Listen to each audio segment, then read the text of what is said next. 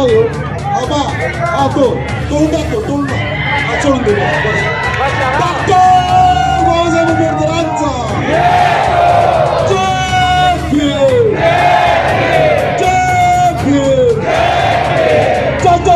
जय भीम। महामानव भारतरत्न बाबासाहेब आंबेडकरांना अभिवादन करून आमचे मित्र जे आता नाही आहे पण त्यांच्या आठवणी सतत आमच्यात असणार राजूभाऊ बारावांना मी अभिवादन करून आज सर्व आम्ही भारतीय नागरिक म्हणून सर्वांना जय भीम आणि सर्वांना या 134व्या जयंतीच्या खूप खूप शुभेच्छा देतो।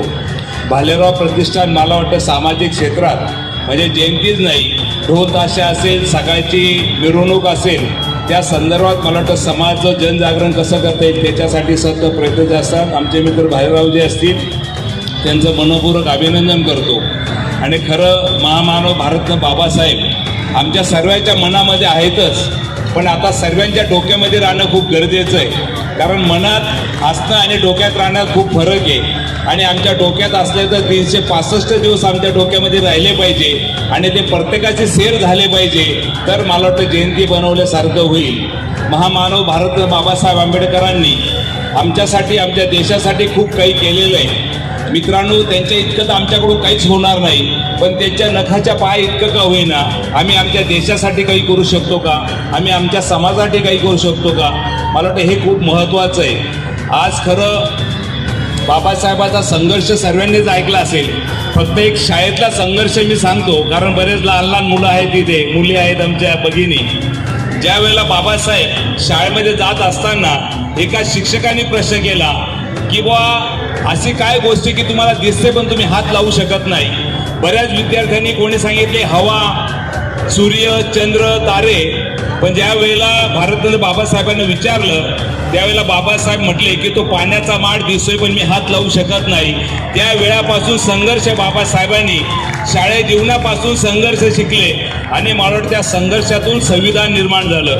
त्या संविधानाच्या माध्यमातून ज्या वेळेला संविधान मांडलं गेलं संविधान मांडून बाबासाहेब येत असताना एका पुढाऱ्याने बाबासाहेबांना म्हटलं भीमरावजी बहुत खुश नजर राह रहे हो तुम तर बाबासाहेब असं म्हटले की आतापर्यंत राजाच्या घरी राजा जन्माला यायचा पण आता मतदार पेटीमधून राजाचा जन्म येईल आणि मला वाटतं आमच्यासारखा सर्वसामान्य माणूस आमदार होऊ शकतो हे बाबासाहेबांची देण आहे। एक सर्वसामान्य माणसाला लोकप्रतिनिधी जर मिळत असेल तर बाबासाहेबांचे देण म्हणून मिळते म्हणून बाबासाहेबांचे खूप आपल्यावरती उपकार आहे।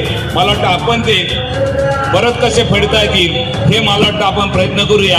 पुन्हा सर्व आम्ही भारतीय म्हणून मला वाटतं या संविधान दिवसाचा सन्मान प्रत्येक व्यक्तीने केला पाहिजे या निमित्ताने सर्वांना खूप खूप शुभेच्छा देतो। जय हिंद जय महाराष्ट्र जय भीम।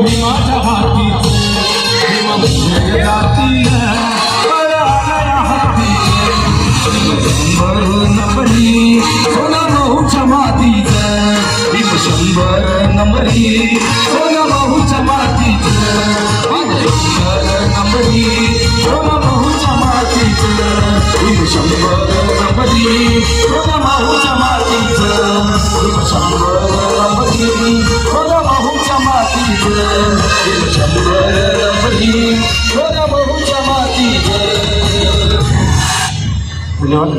आए गए ऐसे नजारे आए गए ऐसे नजारे वैसा नजारा देखा नहीं और आसमां को चीर के देखा तो मेरे भीम जी का जैसा सितारा देखा नहीं मेरे भीम जी जैसा सितारा देखा नहीं. आइए